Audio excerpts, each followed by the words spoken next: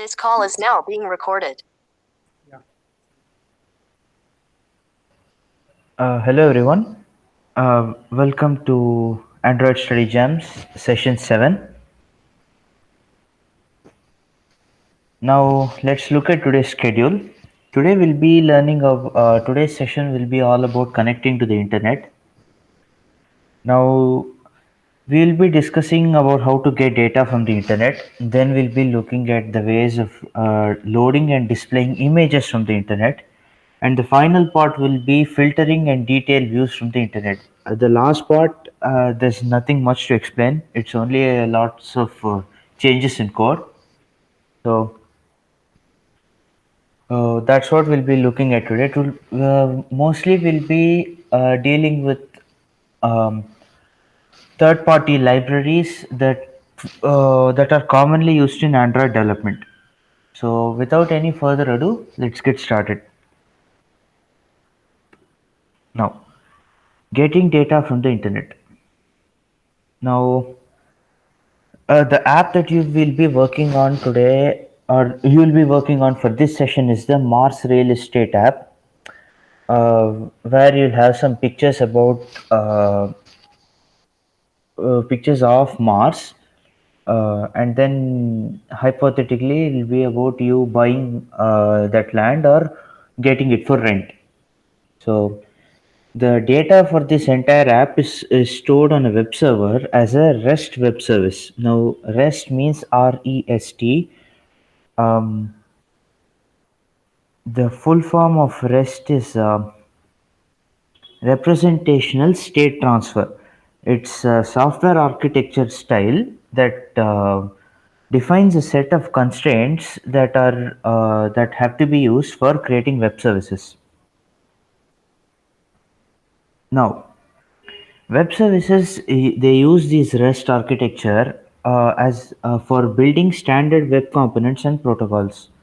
So you make a request to a web service in a standardized way via URIs.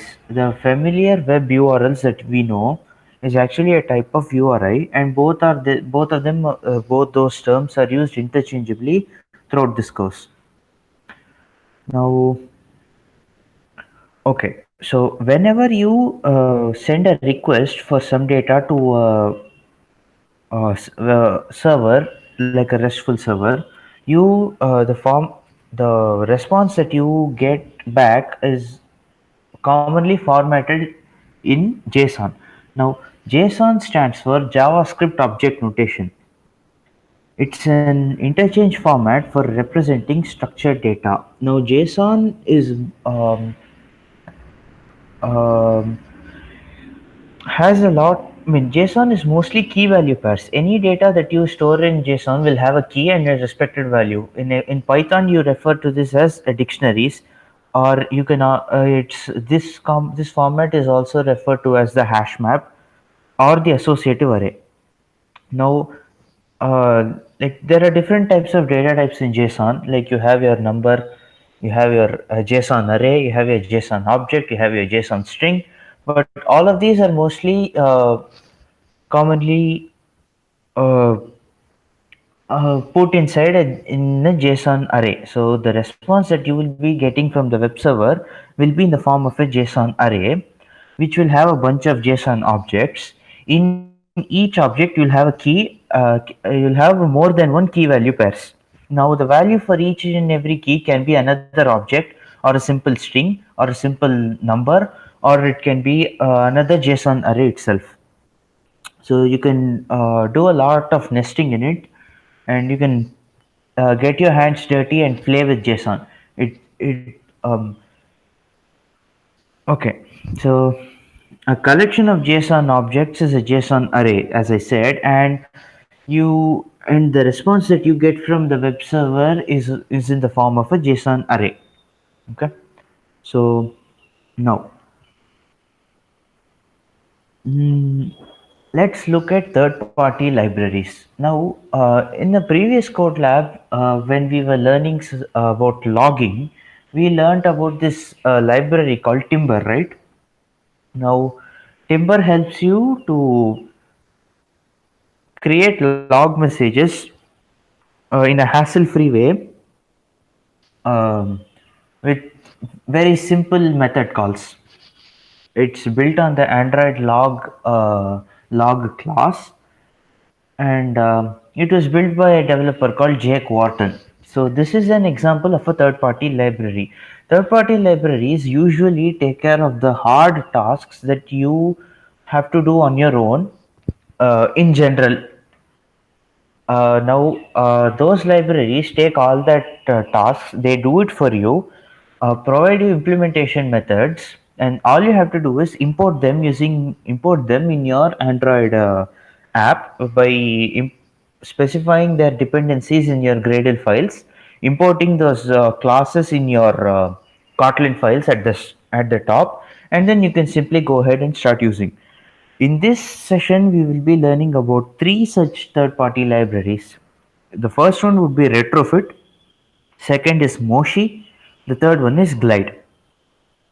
Okay, so Retrofit.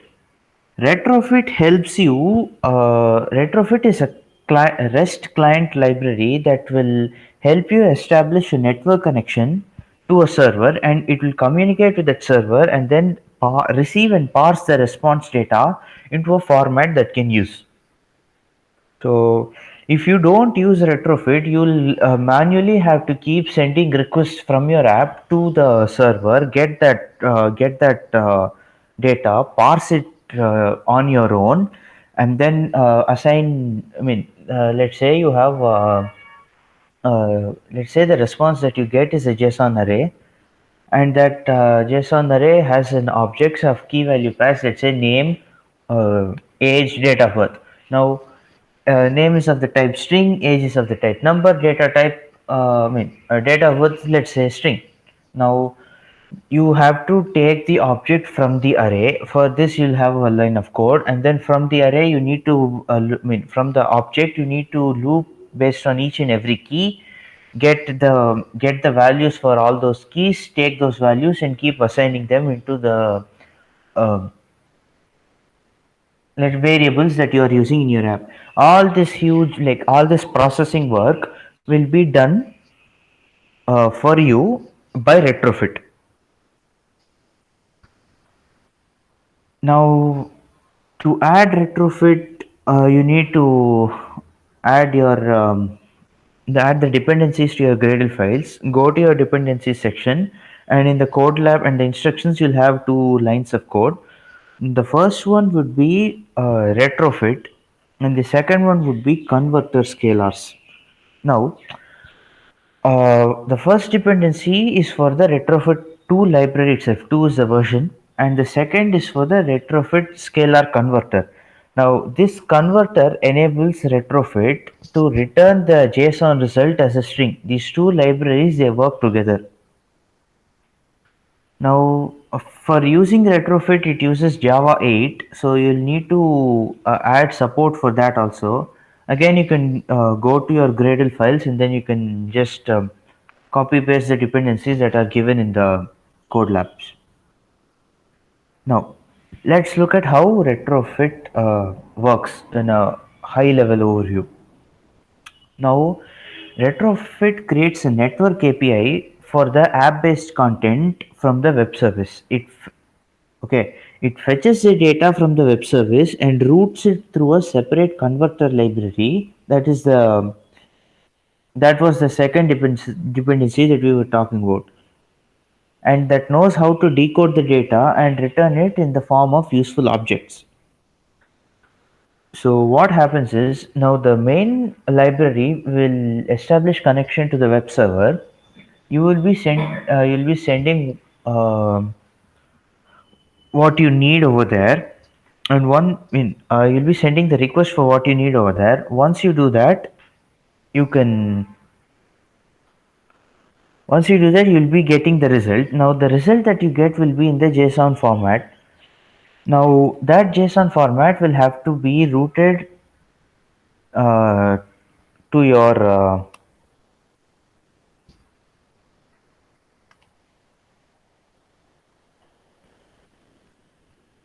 it'll be I'm sorry about that. Yeah, it'll be routed to your that second dependency, your converter library. Now, what it has in the converter library, what it does is it knows how to decode the data. I just told you, right?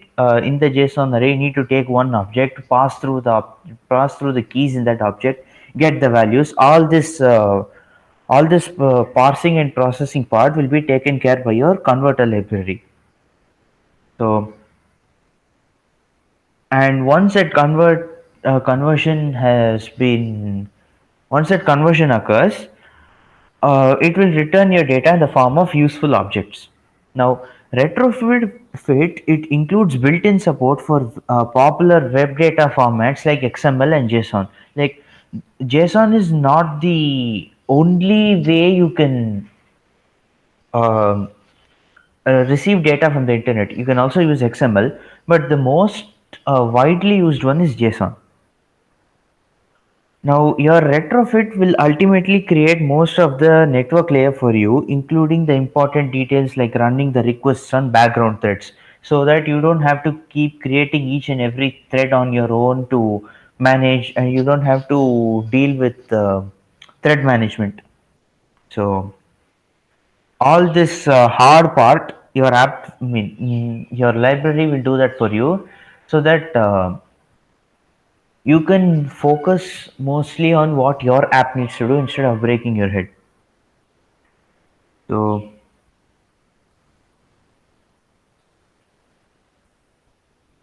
yeah, so that's about retrofit. But once what retrofit does is it takes the entire JSON response, it will convert it into a string and then it will display into your app.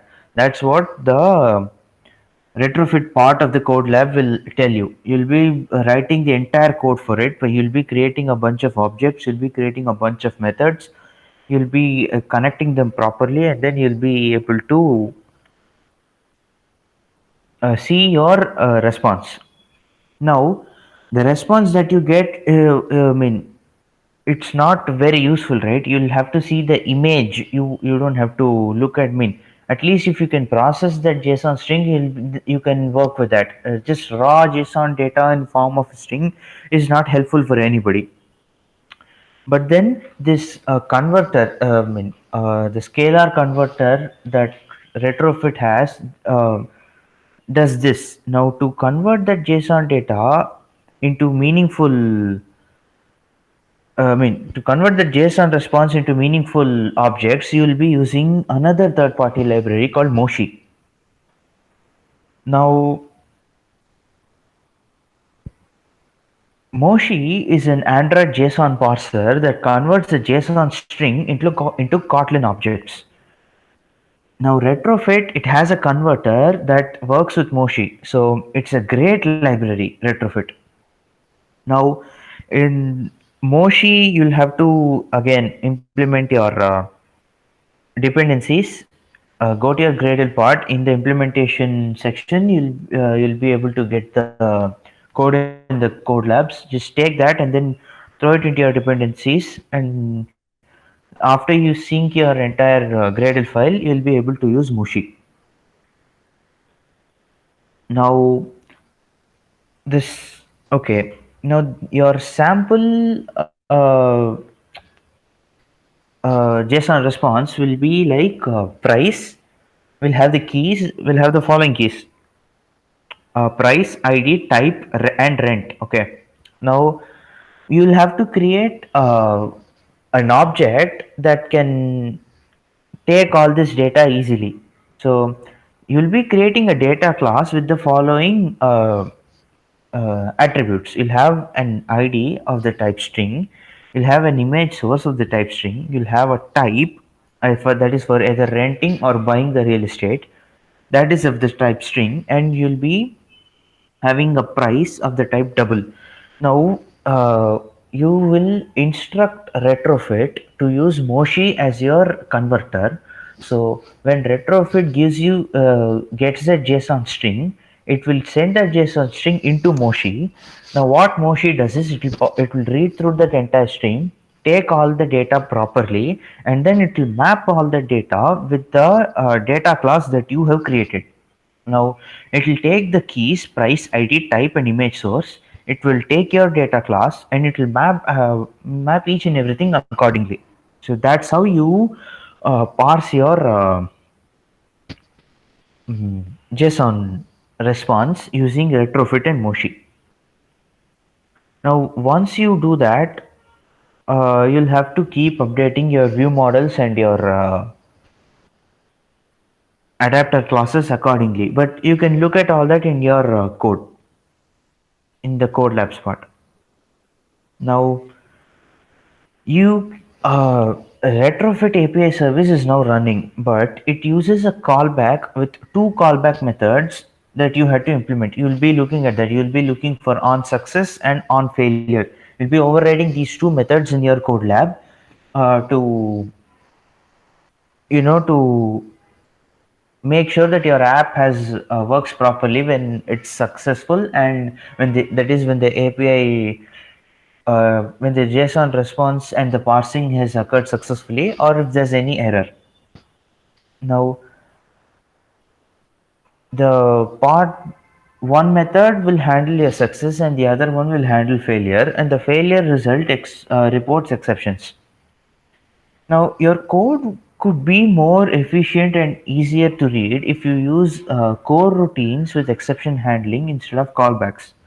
So, the in the third task, in the fourth task of that code lab, you will be updating your API service, Mars API service class, and your overview view model class uh, to use coroutines. It's just a bunch of it's a coding task. Like, if you look at it, you'll understand.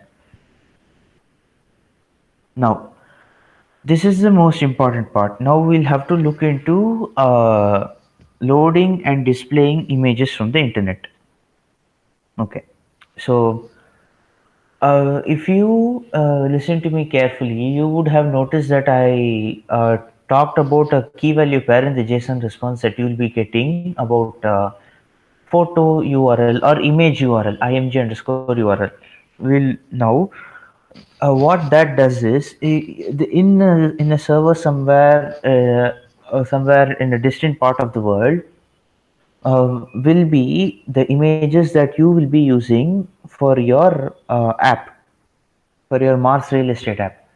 Now uh, you will have to process those images. Now, displaying a photo from the web URL might sound straightforward, but there's a lot of engineering involved to make it work well. Now, the image has to be downloaded from that remote server, buffered, and then it has to be decoded from its compressed format to an image that Android can use.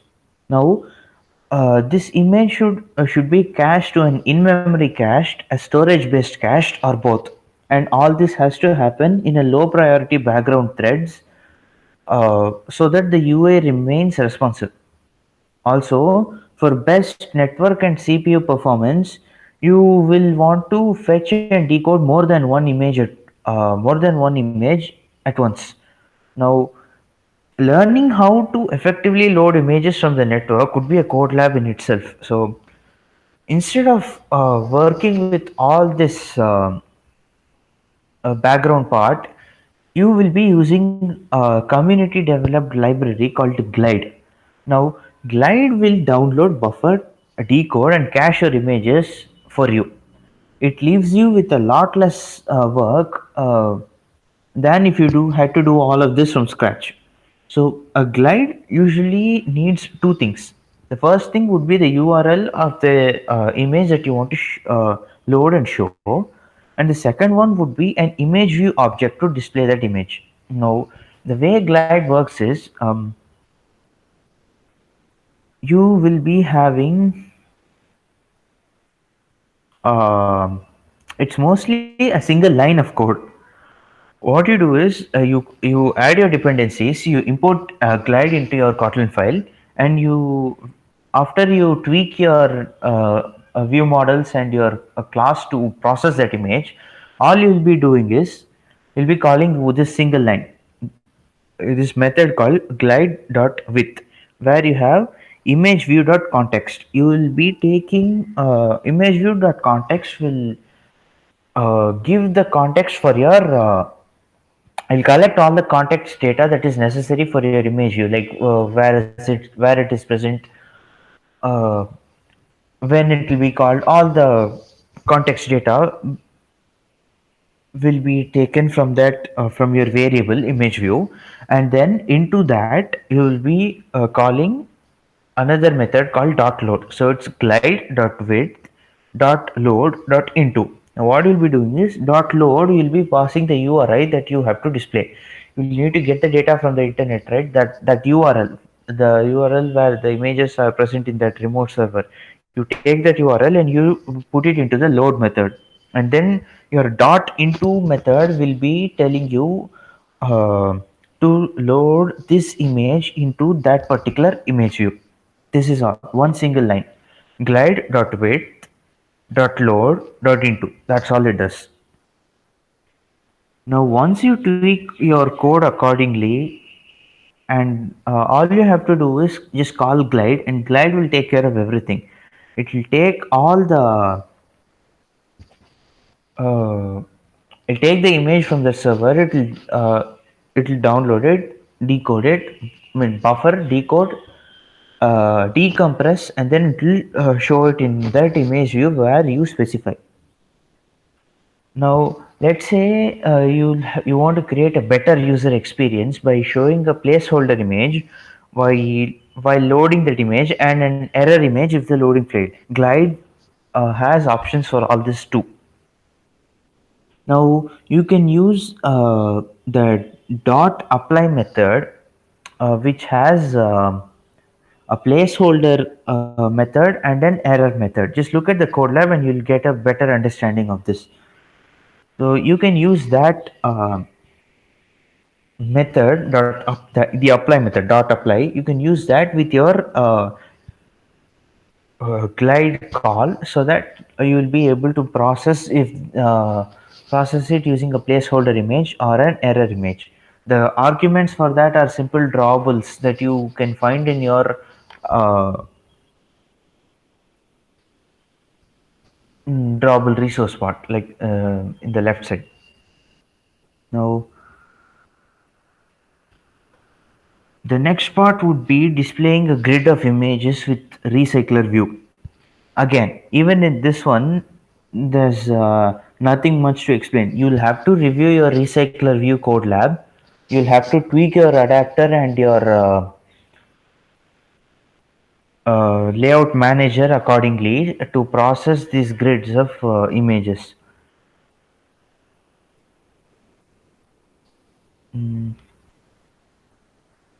Okay.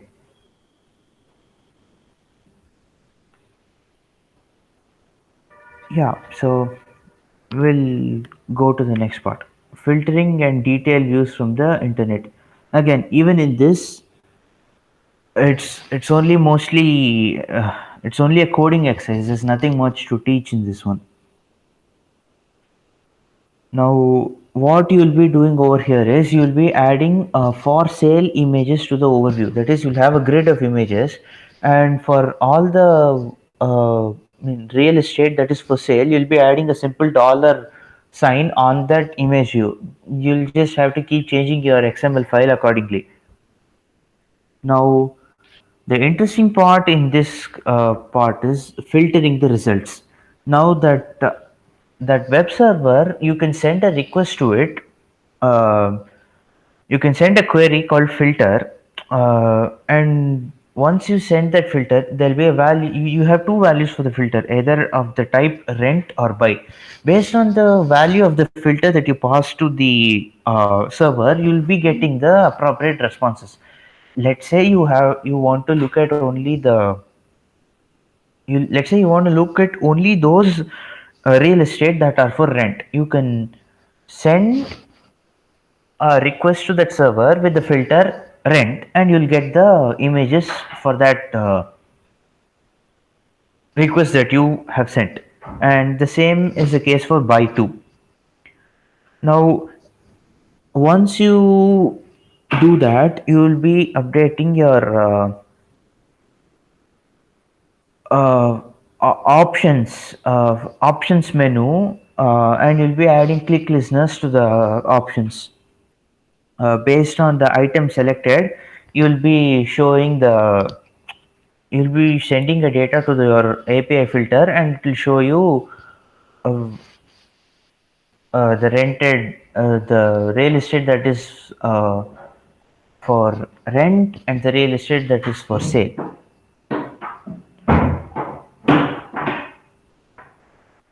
Yeah. Now, again, now you'll after this you will be clicking on. You'll be setting up other fragments for showing an in-depth detail of each and every image that is displayed in your grid view. When you click on it, you'll be navigated to another fragment where that will show a detail. It will show the price and it will show further details. Even in this one, there's nothing to explain. It's mostly lots of code changes. So that's it for today's session, guys. It's a pretty small session, and I do think that the sessions that follow from this are also will also be in the same state. That is, there's not much to explain anymore. Recycler view and databases is the that is the most part where you need explanation. Once you have figured that out, all the others will be just a piece of cake for you guys. So you can share what you've learned with us today with hashtag Android Study Champs and hashtag DC Sastra. Please use these hashtags in all the social media. And for learning more, I have shared all these resources on Discord, and you will also be getting these links to you via mail, and you'll also have all these things in the Android developer website. So feel free to check them out for more details. So that's it. Thank you for attending today's session.